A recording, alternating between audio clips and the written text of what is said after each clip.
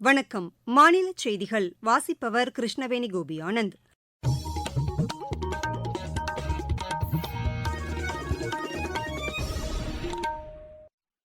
தலைப்புச் செய்திகள். 2047ஆம் ஆண்டுக்குள் வளர்ச்சியடைந்த பாரதத்தை உருவாக்கும் லட்சியம் ஒவ்வொரு இந்தியனுக்கும் உள்ளது என்று பிரதமர் திரு நரேந்திரமோடி தெரிவித்துள்ளார். சிறப்பு முகாம்கள் மூலம் பெறப்படும் மனுக்களுக்கு மாவட்ட ஆட்சியர்கள் உடனடி தீர்வு காண வேண்டும் என்று முதலமைச்சர் திரு மு.க.ஸ்டாலின் உத்தரவிட்டுள்ளார். விவசாயிகளுக்கு பாதிப்பு இல்லாத வகையில் வளர்ச்சித் திட்டங்களை மாநில அரசு நிறைவேற்றி வருவதாக தொழில்துறை அமைச்சர் திரு டி.ஆர்.பி. ராஜா தெரிவித்துள்ளார்.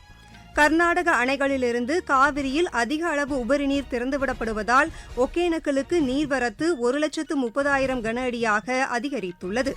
இந்தியா இலங்கை அணிகளுக்கு இடையிலான முதலாவது டுவெண்டி கிரிக்கெட் போட்டி இன்று நடைபெறுகிறது. இனி விரிவான செய்திகள்.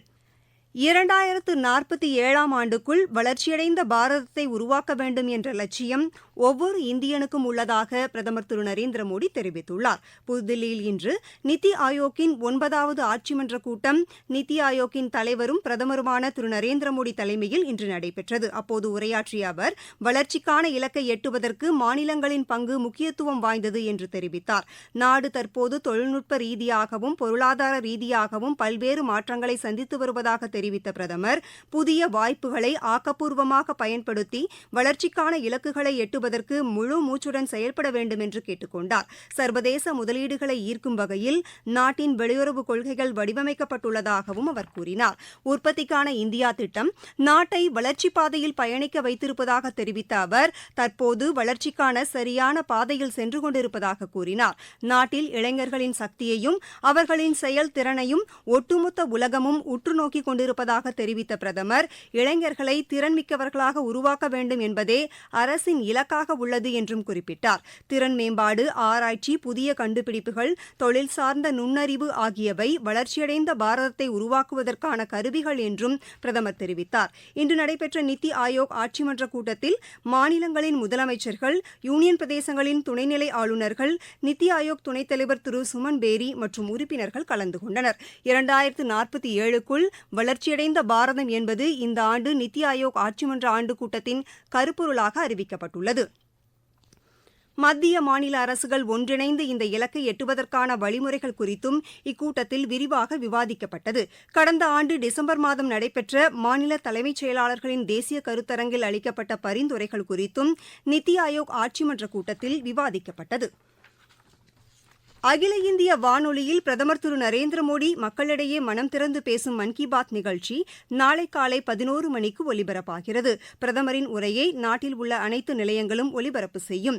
அகில இந்திய வானொலி, டிடி நியூஸ், பிரதமர் அலுவலகம், தகவல் ஒலிபரப்பு அமைச்சகம் ஆகியவற்றின் யூ டியூப் சேனல்களிலும் இதனை கேட்கலாம். பிரதமர் உரையை தொடர்ந்து அதன் தமிழாக்கம் இடம்பெறும். இது இரவு 8:30 மணிக்கு மறு ஒலிபரப்பு செய்யப்படும். இதனை மாநிலத்தில் உள்ள அனைத்து வானொலி நிலையங்களும் அஞ்சல் செய்யும். தமிழகத்தில் நடைபெறும் சிறப்பு முகாம்கள் மூலம் மக்களிடமிருந்து பெறப்படும் கோரிக்கை மனுக்கள் மீது உடனுக்குடன் தீர்வு காணப்பட வேண்டும் என்று முதலமைச்சர் திரு மு.க.ஸ்டாலின் மாவட்ட ஆட்சியர்களுக்கு உத்தரவிட்டுள்ளார். மக்களுடன் முதல்வர் திட்டத்தின் செயல்பாடுகள் குறித்து இன்று காணொலி வாயிலாக 5 மாவட்ட ஆட்சியர்கள் மற்றும் பொதுமக்களுடன் கலந்துரையாடிய முதலமைச்சர், பயனாளிகளுக்கு உரிய பயன்கள் சென்று சேர்வதை உறுதி செய்ய வேண்டும் என்று வலியுறுத்தினார்.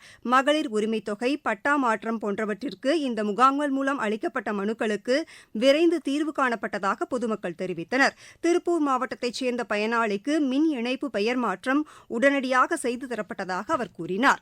இந்த கலந்தாய்வில் பங்கேற்ற திருப்பூர், நாகப்பட்டினம், மதுரை, வேலூர், தூத்துக்குடி மாவட்ட ஆட்சியர்கள் தங்கள் மாவட்டங்களில் நடைபெற்ற முகாம்களில் குடும்ப அட்டையில் பெயர் சேர்த்தல், முதியோர் உதவித்தொகை, குடிநீர் வசதி, இலவச வீட்டுமனை பட்டா, ஜாதி சான்றிதழ் போன்ற கோரிக்கைகளுக்கு தீர்வு காணப்பட்டதாக தெரிவித்தனர்.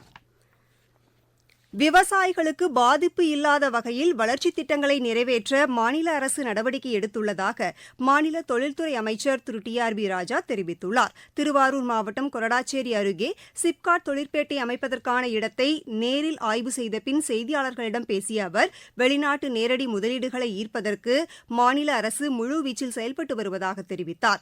இதுவரை 10 லட்சம் கோடி ரூபாய் அளவுக்கு முதலீடுகள் கிடைத்துள்ளதாகவும் அவர் கூறினார்.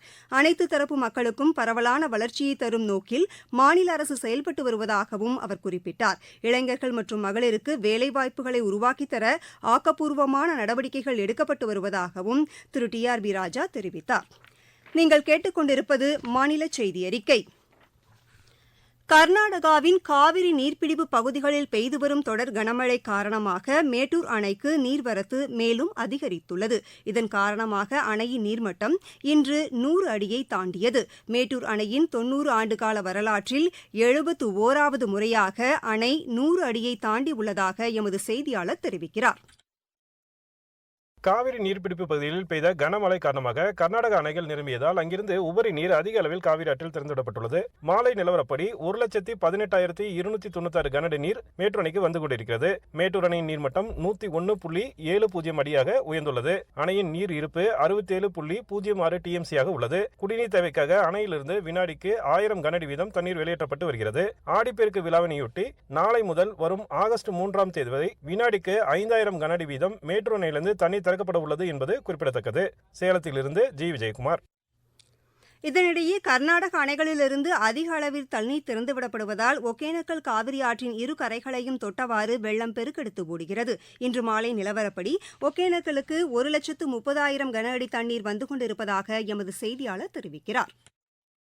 கர்நாடக அணைகளான கபினி மற்றும் கிருஷ்ணராஜசாகர் அணைகள் நிரம்பி அதன் உபரி நீர் வினாடிக்கு 1,30,000 கனஅடி நீர் காவிரி ஆற்றில் திறந்துவிடப்படுகிறது. இதனையடுத்து ஒகேனக்கல் அருவிகளில் வெள்ளப்பெருக்கு ஏற்பட்டுள்ளது. அருவிகளை மூழ்கடித்தபடி காவிரி ஆற்றில் தண்ணீர் கடல் போல் காட்சியளிக்கிறது. மேலும் காவிரி கரையோரம் தாழ்வான பகுதிகளில் வசிப்போர் பாதுகாப்பான இடங்களுக்கு செல்லுமாறு தருமபுரி மாவட்ட நிர்வாகம் தொடர்ந்து அறிவுறுத்தி வருகிறது. இந்நிலையில் தாழ்வான பகுதிகளில் குடியிருப்போரை பாதுகாப்பாக தங்க வைப்பதற்கு மாவட்ட நிர்வாகம் தனியார் மண்டபங்கள் மற்றும் அரசு பள்ளிகளை முகாம்களாக அறிவித்துள்ளது. தருமபுரியில் இருந்து மா. தண்டபாணி. இதனிடையே மத்திய நீர்வளத்துறையின் தென்மண்டல ஆறுகள் பிரிவின் செயற்பொறியாளர் மேட்டூர் அணையின் தாழ்வான பகுதிகளில் வசிப்பவர்கள் பாதுகாப்பான இடங்களுக்கு செல்ல வேண்டுமென அறிவுறுத்தியுள்ளார். காவிரி நீர்பிடிப்பு பகுதிகளில் அமைந்துள்ள கபினி, கிருஷ்ணராஜசாகர் அணைகளிலிருந்து 1,45,000 கன அடி தண்ணீர் திறந்துவிடப்படுவதால் நாளை மாலைக்குள் அந்த தண்ணீர் மேட்டூரை வந்தடையும் என்றும் அவர் கூறியுள்ளார். மின் கட்டண உயர்வால் பொதுமக்கள் மட்டுமல்லாது சிறு குறு நடுத்தர தொழில் நிறுவனங்களும் பாதிக்கப்பட்டுள்ளதாக பாமக தலைவர் டாக்டர் அன்புமணி ராமதாஸ் தெரிவித்துள்ளார். கோயம்புத்தூரில் இன்று செய்தியாளர்களிடம் பேசிய அவர், கோவை மண்டலத்தில் கடந்த 5 ஆண்டுகளில் 50,000க்கும் மேற்பட்ட சிறு குறு தொழில் நிறுவனங்கள் மூடப்பட்டுள்ளதாக கூறினார். மாநில அரசு மின் கட்டண உயர்வை திரும்பப் பெற்றால்தான் இந்த நிறுவனங்கள் தொடர்ந்து இயங்குவதற்கான சூழ்நிலை உருவாகும் என்றும் அவர் தெரிவித்தார். மாநிலத்தில் நிலுவையில் உள்ள தருமபுரி காவிரி உபரிநீர் திட்டம், அத்திக்கடவு அவிநாசி திட்டம், காவிரி குண்டாறு திட்டம் போன்றவற்றை மேற்கொள்ள உரிய நடவடிக்கை எடுக்கப்பட வேண்டும் என்றும் அவர் வலியுறுத்தினார். நித்தி ஆயோக் கூட்டத்தில் தமிழக முதலமைச்சர் பங்கேற்காததால் மாநிலத்தின் கோரிக்கைகளையும் கருத்துக்களையும் தெரிவிக்கும் வாய்ப்பு தவறவிடப்பட்டிருப்பதாகவும் டாக்டர் அன்புமணி ராமதாஸ் குறை கூறினார். மாவட்டச் செய்திகள். தென்காசி மாவட்டம் சுந்தரபாண்டியபுரத்தில் மாநில சுகாதாரத்துறை சார்பில் வருமுன் காப்போம் திட்ட முகாம் இன்று நடைபெற்றது. கவிமணி தேசிய விநாயகம் பிள்ளையின் 149வது பிறந்த நாளை ஒட்டி கன்னியாகுமரி மாவட்டம் சுசீந்திரம் கிராம நிர்வாக அலுவலக வளாகத்தில் அமைந்துள்ள அன்னாரின் உருவச்சிலைக்கு ஆட்சியர் திருமதி அழகுமீனா மாலை அணிவித்து மரியாதை செலுத்தினார். திருத்தணி அருள்மிகு சுப்பிரமணிய சுவாமி திருக்கோவிலில் ஆடி கிருத்திகை தெப்பத் திருவிழா இன்று தொடங்கியது. ஆடி கிருத்திகையை ஒட்டி திருவள்ளூர் மாவட்டத்திற்கு வரும் திங்கட்கிழமை உள்ளூர் விடுமுறை அறிவிக்கப்பட்டுள்ளது. கள்ளக்குறிச்சி அருகே கோமுகி அணை அரசு பழங்குடியினர் உண்டு உறைவிட மேல்நிலைப் பள்ளியை ஆட்சியர் திரு MS பிரசாந்த் இன்று ஆய்வு செய்தார். மயிலாடுதுறையில் சுமார் 15 கோடி ரூபாய் செலவில் புதிய மாவட்ட காவல் கண்காணிப்பாளர் அலுவலக கட்டிடத்திற்கு ஆட்சியர் மற்றும் காவல்துறை கண்காணிப்பாளர் இன்று அடிக்கல் நாட்டினார். கோவை மாவட்டம் மேட்டுப்பாளையம் அருகே உள்ள பில்லூர் அணையிலிருந்து இன்று 2வது நாளாக வினாடிக்கு 14,000 கன அடி வீதம் தண்ணீர் திறந்துவிடப்பட்டுள்ளதால் கரையோர பகுதிகளில் வசிக்கும் மக்களுக்கு வெள்ள அபாய எச்சரிக்கை விடுக்கப்பட்டுள்ளது. நீலகிரி மாவட்டம் உதகையில் கடும் குளிருடன் மழை பெய்து வருவதால் படகு இல்லத்தில் படகு சவாரி தற்காலிகமாக நிறுத்தப்பட்டுள்ளது. விளையாட்டுச் செய்திகள். இந்தியா இலங்கை அணிகளுக்கு இடையிலான முதலாவது 2020 கிரிக்கெட் போட்டி இன்று நடைபெறுகிறது. கொழும்புவின் பல்லேக்கலில் நடைபெறும் இப்போட்டி இரவு 7 மணிக்கு தொடங்குகிறது. இந்த தொடரில் 3 2020 போட்டி மற்றும் 3 ஒருநாள் போட்டிகளில் இரு அணிகளும் பங்கேற்கின்றன. பாரிஸ் ஒலிம்பிக் போட்டியின் துப்பாக்கிச் சுடும் பிரிவில் இந்தியாவின் மனு பாக்கர் இறுதிச் சுற்றுக்கு தகுதி பெற்றுள்ளார். இன்று நடைபெற்ற 10 மீட்டர் ஏர் பிஸ்டல் பிரிவு தகுதிச் சுற்று ஆட்டத்தில் அவர் 3வது இடத்தை பிடித்து இறுதிப் போட்டிக்கு முன்னேறினார். மீண்டும் தலைப்புச் செய்திகள். 2047ஆம் ஆண்டுக்குள் வளர்ச்சியடைந்த பாரதத்தை உருவாக்கும் லட்சியம் ஒவ்வொரு இந்தியனுக்கும் உள்ளது என்று பிரதமர் திரு நரேந்திர மோடி தெரிவித்துள்ளார். சிறப்பு முகாம்கள் மூலம் பெறப்படும் மனுக்களுக்கு மாவட்ட ஆட்சியர்கள் உடனடி தீர்வு காண வேண்டும் என்று முதலமைச்சர் திரு மு க ஸ்டாலின் உத்தரவிட்டுள்ளார். விவசாயிகளுக்கு பாதிப்பு இல்லாத வகையில் வளர்ச்சித் திட்டங்களை மாநில அரசு நிறைவேற்றி வருவதாக தொழில்துறை அமைச்சர் திரு டி.ஆர்.பி. ராஜா தெரிவித்துள்ளார்.